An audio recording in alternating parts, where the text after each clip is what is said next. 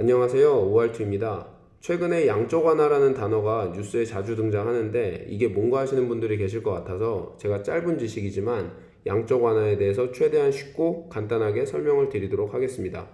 양적 완화를 너무 어렵게 생각하실 필요 없습니다. 간단하게 말하면 중앙은행이 돈을 찍어내서 돈의 공급량을 늘리는 거예요.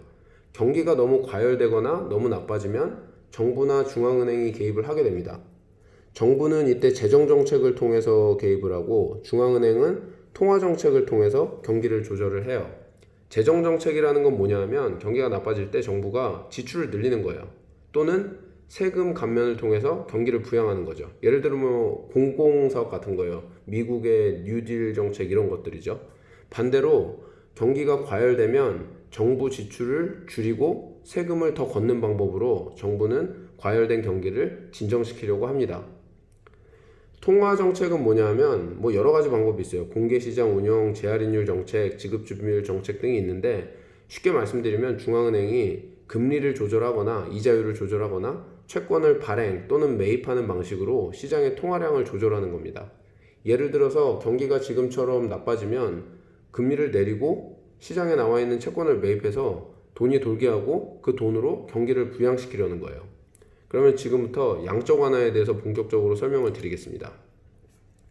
좀 전에 양적 완화는 중앙은행에서 돈을 찍어내는 거라고 말씀드렸잖아요. 이게 뭐냐면 중앙은행이 진행하는 거니까 양적 완화는 결국에는 통화정책이에요. 그렇죠? 그런데 이자율이나 채권 발행, 매입을 통해서 통화량을 조절하는 전통적인 방식과는 좀 달라요. 경기가 나빠지면 시장에 돈을 돌게 하기 위해서 금리를 낮춰서 사람들이 돈을 많이 쓰게 하거나 중앙은행이 채권을 매입하는 방식으로 시장에 돈을 풀어야 하는데 금리를 내릴 만큼 내렸는데도 경기가 회복될 기미를 보이지 않고 또 중앙은행이 매입해야 될 부실채권이 천문학적으로 늘어나서 국가 금융 시스템이 무너질 정도의 상황이라고 하면 이게 전통적인 방법으로는 해결이 어렵다는 거죠. 2007년에 미국발 서브프라임 모기지 사태가 딱 이런 상황이었어요. 그래서 결국 미국은 대대적인 양적 완화를 단행을 하죠. 돈을 찍어내서 그 돈으로 부실 채권을 인수하고 금융 시스템 붕괴를 막은 겁니다. 당시에 미국 정부가 양적 완화에 대해서 엄청 복잡하게 설명한다는 느낌을 받았었거든요.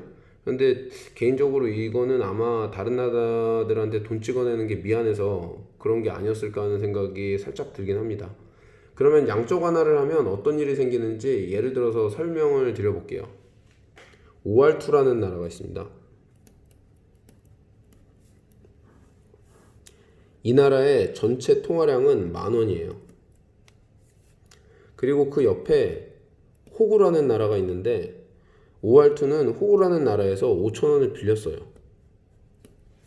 즉 오알투는 국내에 10,000원만큼의 통화가 있고 호구라는 나라에 갚아야 할 돈 부채가 5,000원이 있는 겁니다. 그런데 어느 날 오알투가 살기가 너무 빡빡해서 돈을 좀 더 빌리려고 호구한테 갔어요. 그런데 호구가 빌려간 돈 먼저 갚으라고 하면서 돈을 안 빌려준대요. 고심고심하다가 결국에는 오알투는 중앙은행을 통해서 10,000원만큼 더 찍어내기로 합니다. 이게 돈을 10,000원만큼 더 찍어내니까 오알투의 국내 총 통화량은 벌써가 아니죠. 20,000원이 된 거잖아요. 그런데 돈을 찍어낸 거 외에 다른 변화가 아무것도 없었다고 하면 어떤 일이 생길까요? 오알투의 부가 늘어난 게 아니라면 화폐의 가치가 떨어지겠죠. 단순히 계산하면 통화량이 10,000원이었을 때 10원 하던 집이 통화량이 20,000원이 되니까 20원으로 오른 겁니다. 자산 버블이 발생을 한 거죠. 만약에 호구라는 나라가 오알투에게 돈을 빌려줄 때 오알투 화폐 기준으로 발행한 채권을 매입하는 방식으로 돈을 빌려준 거라면 호구라는 나라는 여기서 짜증이 날 거예요. 왜냐하면 오알투가 돈을 찍어내는 바람에 오알투에게 받아야 할 돈의 가치가 떨어져 버린 거잖아요. 그러면 미국은 양적 완화를 한다는데 왜 달러는 떨어지지 않을까요?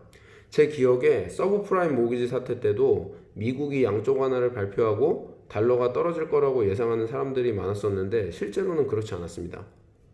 지금부터 왜 그런지 설명을 드릴게요. 경제학에서 가격은 수요 공급에 의해서 결정된다고 하잖아요. 한 번쯤 다 보셨을 거예요. 가격, 수량. 이게 이제 수요 곡선이 이렇게 있고 공급 곡선이 이렇게 있죠. 그래서 수요와 공급이 만나는 점에서 가격이 결정이 되는 거죠. 이 양쪽 하나를 통해서 달러 공급을 늘리면 화폐도 결국에는 화폐 가치는 수요 공급에 의해서 결정이 되는 거잖아요. 그래서 양쪽 하나를 통해서 공급을 늘리면 당연히 이 점에서 쭈루루 되면서 가격이 떨어져야 되는데, 달러의 경우는 수요가 같이 늘어버렸다는 거죠. 같이 늘어버리면 이게 가격이 유지되거나 아니면 더 늘었을 경우에는 심지어 돈을 많이 발행했는데 가격이 오를 수도 있는 거죠. 달러 가치가 오를 수도 있다는 겁니다. 이게 왜 그러냐면 특히 그 달러는 안전자산이라고 사람들이 생각을 많이 하기 때문에 그래요. 이게 경기가 어려울 때는 달러를 확보하려는 수요가 많아지거든요. 요즘에 보시면 아실 거예요. 그런데 한국이 돈을 찍어낸다고 하면 어떻게 될까요? 일단 원하는 기축통화도 아니고 외국 금융기관에서 보기에는 안전자산이라고 보기도 어렵습니다. 돈을 찍어냈다가 원화 가치가 떨어지면 수출기업이야 가격 경쟁력이 생겨서 좋을 수 있어요. 하지만 외환대출이 있는 회사는 부채 부담이 커지고 원료를 수입해야 하는 업체들은 원가 부담이 높아지게 된다는 거죠. 또 외국계 금융사들이 한국에서 투자금을 회수해 갈 수도 있습니다. 예상치 못한 여러 가지 일들이 발생할 수 있다는 거예요. 마지막으로 말씀드릴 부분은 양쪽 하나를 통해서 고민되는 부분은 돈을 찍어내면 누가 이익을 볼 거냐 하는 겁니다. 예를 들어 돈을 찍어내서 부실기업에 넣는다면 방만한 경영으로 어려움에 처한 기업들에게 혜택이 돌아가고, 이러한 도움을 한번 받은 기업들은 정신 못 차리고 어려우면 또 나중에 국가에서 도와주겠지 하는 생각으로 방만한 경영을 이어갈 수도 있다는 거죠. 소위 좀비 기업들 생명만 연장해주고 돈이 효율적으로 쓰이지 못하게 되는 부작용이 생길 수 있다는 겁니다. 또 다른 방법으로는 재난지원금 같은 걸 지급하는 경우가 있어요.